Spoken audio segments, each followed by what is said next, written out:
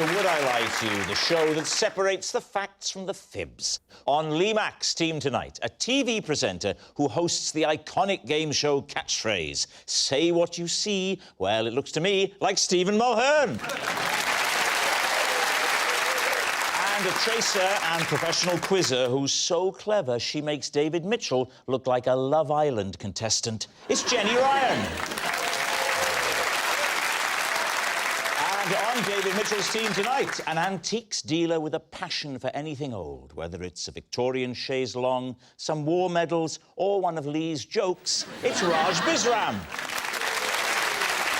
And a comedian and podcaster who loves to do yoga. She says it's made her very flexible, though she admits she can't do a week on Tuesday. It's Deborah Frances-White. We begin with round one, Home Truths, where our panellists read out a statement from the card in front of them. Now, to make things harder, they've never seen the card before, they've no idea what they'll be faced with. It's up to the opposing team to sort the fact from the fiction. First up, it's Stephen. Right. Very few people know this, but for 5 months in 1998, I appeared every week on Noel's house party as the man inside Mr. Blobby. David's team. How old were you, Stephen? Well, I was born in 77, so let's work it out. 77, So you're 44? 44, yeah. Wow, doesn't he look good? That's incredible. Have you done any physical work in your life? That's incredible. Always outside, working on market stalls. Did you? Yeah. I thought you were inside Mr. Blobby. Yeah, I was just... I only got into TV when I worked in kids' television, and that's how I met Noel Edmonds. So you were working in kids' TV? Yeah. In what capacity? I was, first of all, a runner, then Yeah. I moved to a TV presenter after lots of auditions. But how did you get the Blobby gig? Because one of the... Are you interested? Yeah. How did you get the Blobby gig? The prized Blobby gig. They're always talking about it. Who will be the next Blobby? Yeah. Isn't it about time we had a female Blobby? Is Blobby still going? No. Blobby gone? Oh, Blobby I'm gone. sure Blobby's bookable, but God knows what creature is in it. How did you get that gig? There was one other Blobby called Barry, and he was the main man, and if he couldn't do the show, then I was employed. What was he doing that made him too busy to be He Blobby? was Stig. And how long did you do it for? I would say about 15 shows, but I also worked at Crinkly Bottom when they did the theme park. Oh. So you actually performed there as well? I did, yeah. Wow. I would like to ask, did you have to do the voice when you did the suit? Yeah, I would speak into, like, there was, I don't know what you call it, but it's the reverse of, like, one of those tannoys, and it would just change the voice. Oh, so what would you say? Blobby, blobby, blobby.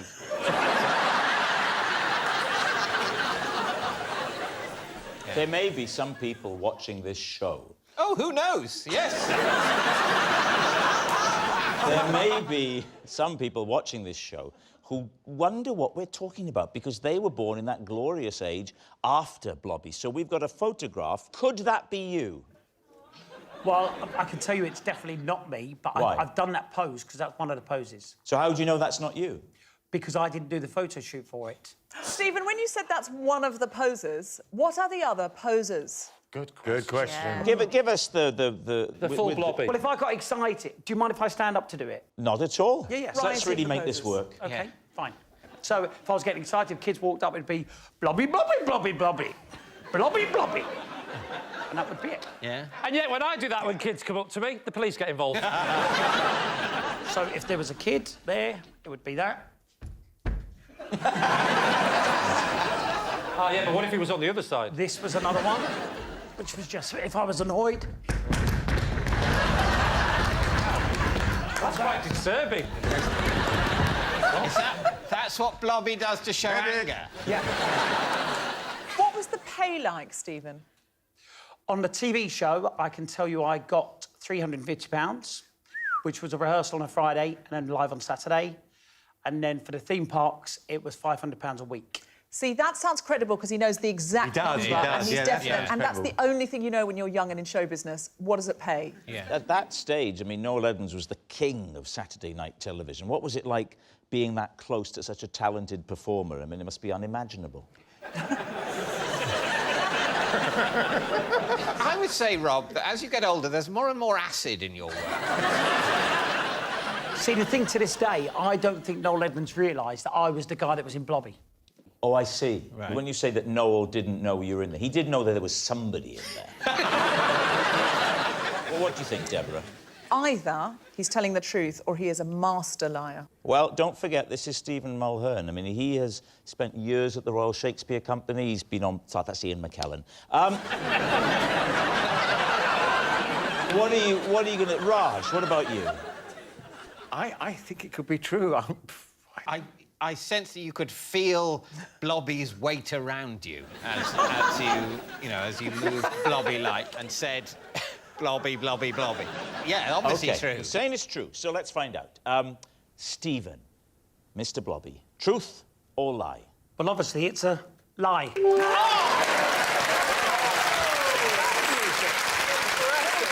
Yes, it's a lie. Stephen wasn't the man inside Mr. Blobby. Jenny, you're next. When an earthquake struck the restaurant I was in, I mistook the shaking people for excitable diners. David. OK, so where was this restaurant? It was in Los Angeles, And when was this? 2019. So you were a diner in the restaurant? Yes. I had just flown in that day, and Yeah. so I was feeling a little bit out of sorts, and the first thing I did was to go and get some food. Yeah. And the people who were sitting behind me, like on a banquette, back to back, Yeah. their food was being brought over, and the food got onto their table, and the seats started going like this. And I thought, oh, they must be hungry like me. I love the idea that you're going, is that an earthquake or is that just Americans moving? So you thought the banquette was moving because the people behind you were wiggling with excitement at the sight of food? Because Yeah. basically I'd done the same when my food Yeah, and came you over. were a bit jet-lagged, hungry, sitting there. I'm eating these, wiggle, wiggle, wiggle. Oh, they're excited, their food's arrived. And then when She said it with a bit more pizzazz, though. Yeah. When did you... Trying to encapsulate... Wiggle, wiggle, wiggle, there's an earthquake. Yeah, I'm trying yeah. to encapsulate... I know what happened. I'm only doing it for the money nowadays. Let's get on with it. It's 50-50. We'll say lie. I don't care. I wanted to be an actor. No, I was trying to encapsulate the jet-lagged feeling, and obviously some of my own personal and professional disappointment leaked out, as it does in all of my work. So you feel the wiggling. Oh, they're excited for their food. You carry on eating. When do you discover that something else has happened? When I got back to my hotel and looked at social media. Oh, really? So hang on, even in the restaurant, you're in the restaurant, there's lots of people wobbling around everywhere. And there weren't any gasps of surprise or fear? I just assumed there were gasps from the loud Americans who were getting some fried chicken behind me. You see, but I'm with Jenny. See, I get excited when food's coming out at a restaurant. I go, hey. Blobby, Blobby, Blobby. Do you really go? I do. When I see it, I just have visions of Ant and Dec going, Can you keep it down, Stephen? So what are you going to say, David? What does your team think? I think this is definitely true, because if it were not true, she would have made it bigger and she would have said she'd lost a heel or something like that. is that your version of making things bigger? We're doing a movie about an earthquake. We need it to be big. What about losing a heel? Perfect. Write it down. Are you convinced by Yeah, I'm Deborah's convinced by argument? Deborah. Well, I think it's probably true. Let's find out. Jenny, was it true or were you telling us a lie? That was a total true fact. Yes, it's true. Jenny really did sit through an earthquake. Our next round is called This Is My, where we bring on a mystery guest who has a close connection to one of our panellists. Now, this week, each of David's team will claim it's them that has the genuine connection to the guest. It's up to Lee's team to spot who's telling the truth. So please welcome this week's special guest, Melissa.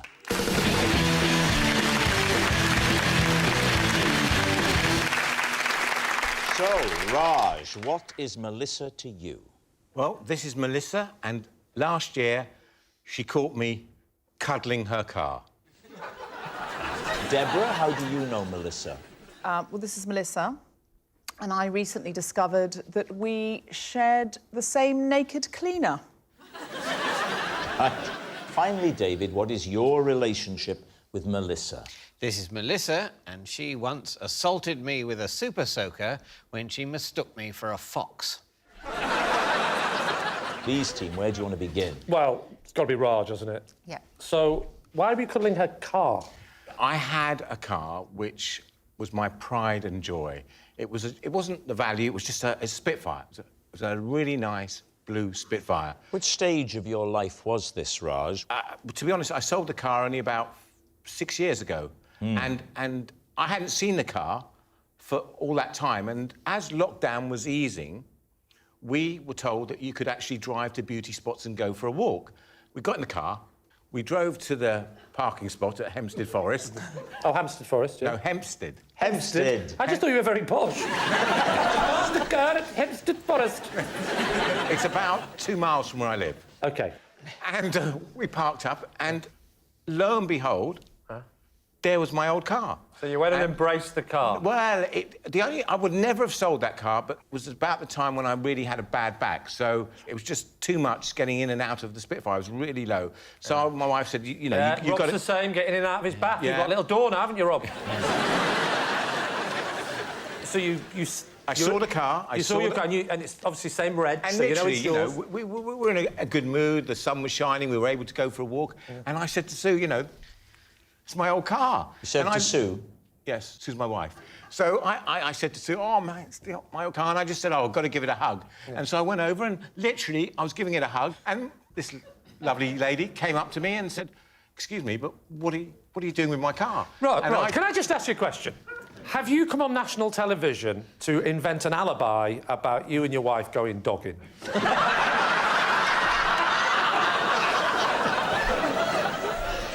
How did Melissa react upon her arrival? Well, to be honest, I mean, she didn't know who I was from Adam, so she, you know, said, what are you doing? And I had to explain that this actually was my car, because she hadn't bought it off me. OK. What year was this car? It was, I think, 1963. Ah, and it's a Triumph, so it'll have had the sort of TR4A suspension. To be honest, I have no idea, Lee. Ah, good, because I haven't either.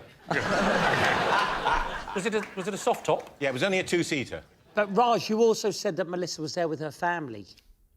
It's a two-seater. No, I never said she was there with her family. There's more to you than a lobster costume. Do you know what I'm saying? She definitely wasn't there with her family. She was there with a friend. There was just two of them. Just the two of them? In the same bubble? Keep it light. All right, who would you like to quiz next? Well, Deborah, she said they shared a naked cleaner. Now, I've heard of naked cleaners. Are you serious? Yeah. Is it a thing? It is a thing, and I know two people that have them. Wait, stop. No, because I can't say who it is. Well, we know who they are. Does one always stand on the left so we know who it is? No, don't go there. I didn't say anybody. Who are you thinking of? Why did I come on this show? Do you know what? Can I just say to our lovely audience here and everybody watching at home, Rob, I've told a million times how much I love this show. I told you how much I love this show before the show. I told everybody that I love this show. The reality is I never want to come on this show again. I should say, you can hire naked cleaners. I had not hired a naked cleaner. I had hired a cleaner who was wonderful and I adored. And one day I came home and discovered her cleaning naked. Oh, naked. Completely Yes. naked. Now, please tell us about that conversation. I came in and I shouted out, "Hello, Anna, I'm home." And she popped her head out of the bedroom and said, "Oh, I'm cleaning naked because it's so hot." And I went, "Oh." And I said to my best friend, "Thank God my husband didn't come home." And she went, "Don't be ridiculous, Deborah, he was under the bed." She's not a very good cleaner, is she?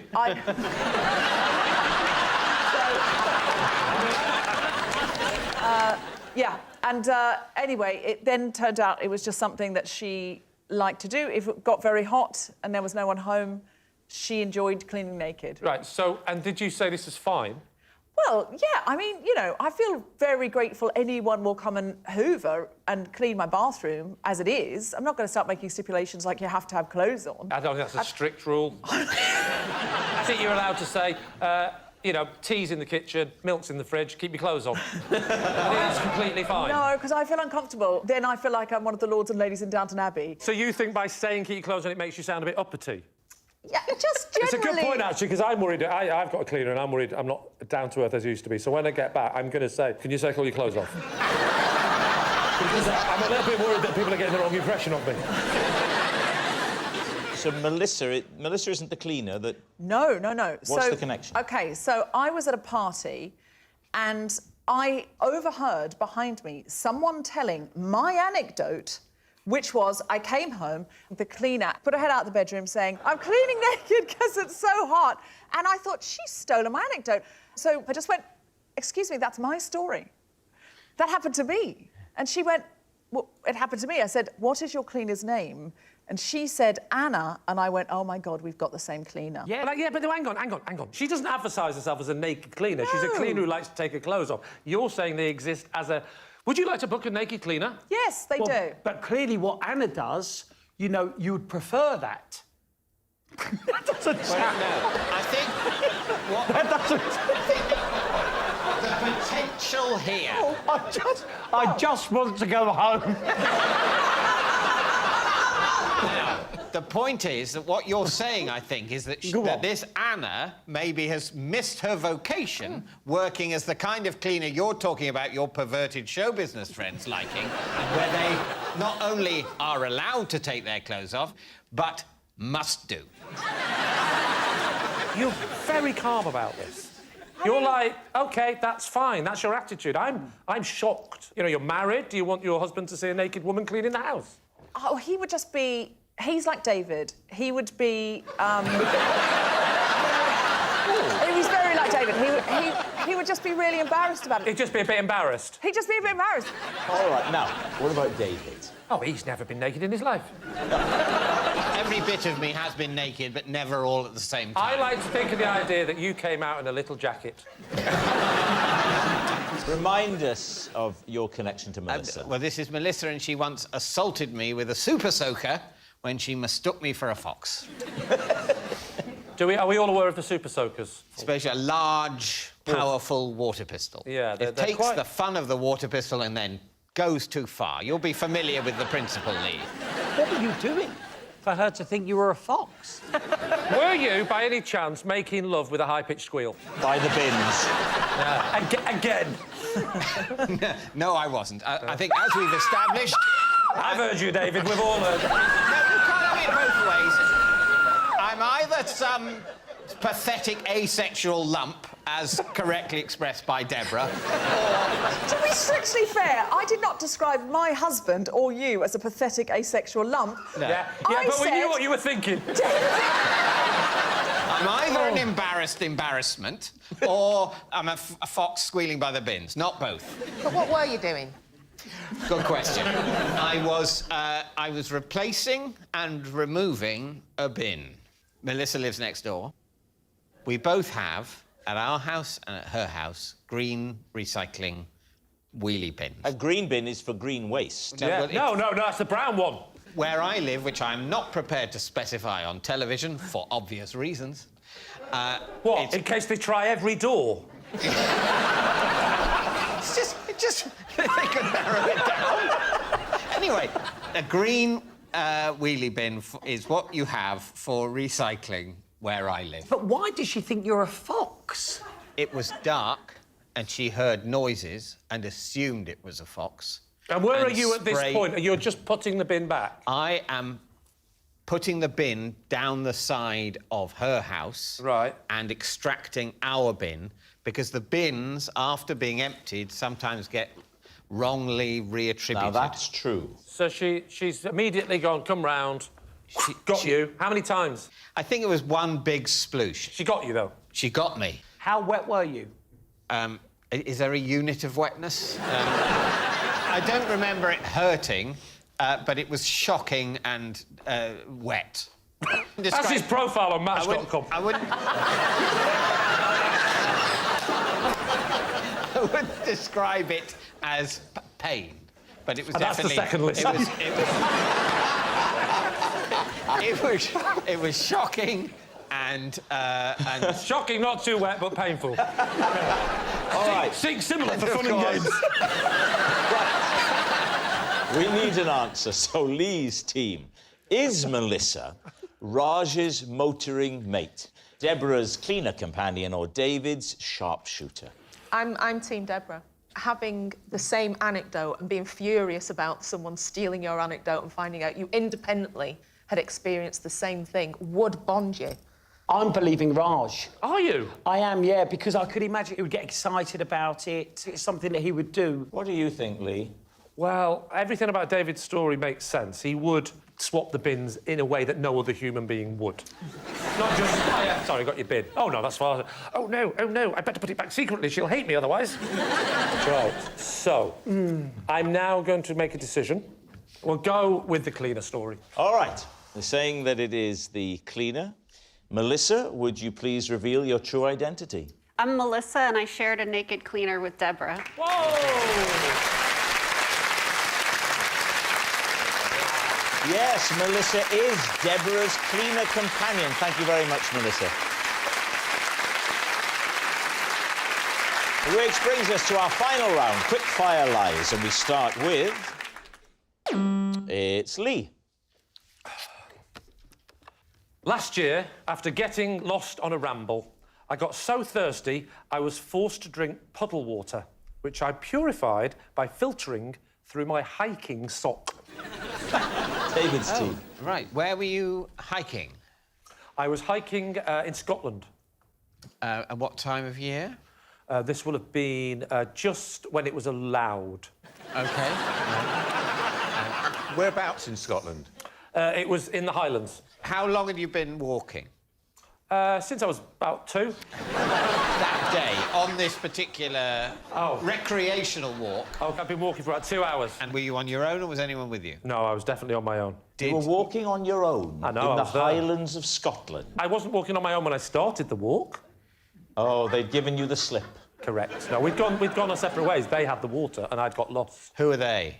They were my wife and another couple we were hiking with. Why would they leave you water-free? They didn't leave me. We did that thing many reasons. Because his wife spotted an opportunity that may never come her way again. And I admire her for seizing it.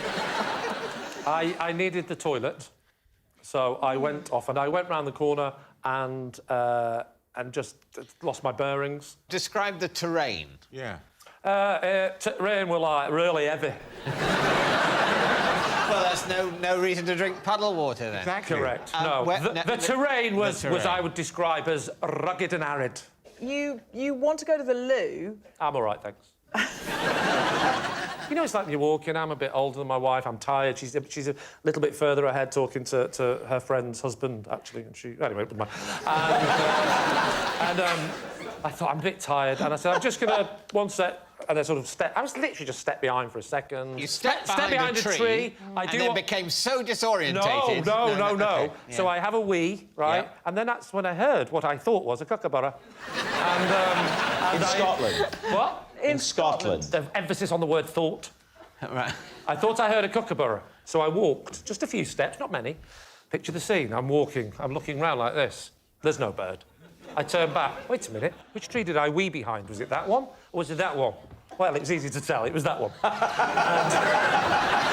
So I got a bit confused for a sec, and then I went, and then before you know it, So game over. Completely I'm now lost. walking, and I'm panicking, and I should point out that I'm already very dehydrated. I wish I hadn't had that wee. It could have helped somehow. But I had it. I was now running on empty. And you want to drink?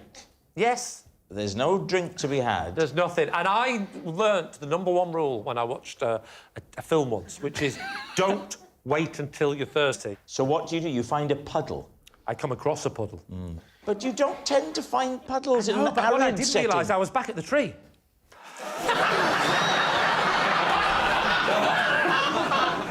No, I'd come across it. It was in a bit of shade. Maybe it was some condensation that had started to come down. But there was definitely a puddle. I was there, Rob. You weren't. So how did you go? You said you did it through your sock. Is that Hiking right? sock. Hiking sock. Yes. Sweaty, woolen, gnarled. Yeah, No. but she's good with the kids. That doesn't make sense. She wasn't even with me. So it doesn't make sense. So you undid... Sock off. Took your boots off first, of course. Of course, so there's only the only way to do it, isn't it? So the boot comes off, the sock comes off, because I remembered the film. If in doubt, drink early and make sure it's purified. And what was the film? That was the title of the film. How dirty? Well, I mean, it was 18 certificate and there was a bit of... All right, what are we thinking, Raj? Rubbish. The whole lot. This is all made up. I think you might be dehydrated now. Oh, yeah, I am. So, David, I think your team I is think we're saying... going to go live. It's a lie. Well, OK. Was this true or was it a lie? It's a lie. It was a lie. Next. It's Stephen. I once turned down £1,000 to eat a spoonful of Spam. When were you offered £1,000 to do that? About 2.5 years ago. But who would offer you that? 2 of my friends. Oh, right. Yes, I see. Yeah. Did they want you to do it naked? Was it those two? It was those two, yes. Oh, it was Ant and Dec. It actually was Ant and Dec. Again? Sorry. Yes. At the play... Not again. Got you. Yes, not again. It was Britain's Got Talent, and then at the time I was doing the spin-off show, Britain's Got More Talent. I think Britain's Got Talent. I was doing the spin-off show. Oh, no, they haven't. Why didn't you do it? I can't understand why £1,000 to eat a spoonful of Spam. It's because I'm a very plain eater. And you think Spam's just a bit too exotic? No. When you say you're plain in Yeah. your eating, give us some parameters here. Have you ever had any bread and butter? Yeah, I'm very good with bread and butter. Cheese? Cheese, now there's a problem. OK. If friends are cooking or they're having a dinner party or having you round, you must be a nightmare. You know, I remember once I had to hide food in my pocket. Right. Well, hide food you didn't want to eat? Yeah. So to... Yeah, meatballs. Yeah. So do you dress for a dinner party? You'll dress in sort of waterproof, pocket-filled clothing so that I can deal with anything. Oh, this is delicious. Oh, lovely. A salmon. And then you just go, oh, I've put on so much weight over dinner. Squelch, squelch, squelch. Like a trawlerman. And why are you like this? I mean, what is wrong with you? It strikes me as very juvenile, it strikes me as undeveloped, immature, and it strikes me you want to get a grip of yourself. That's it! Truth or lie? I think he's telling the truth. I think he could be telling the truth. I think we're going to go with true. All right, they're saying it's true. Stephen, you fussy eater, was it true or was it a lie? It was true.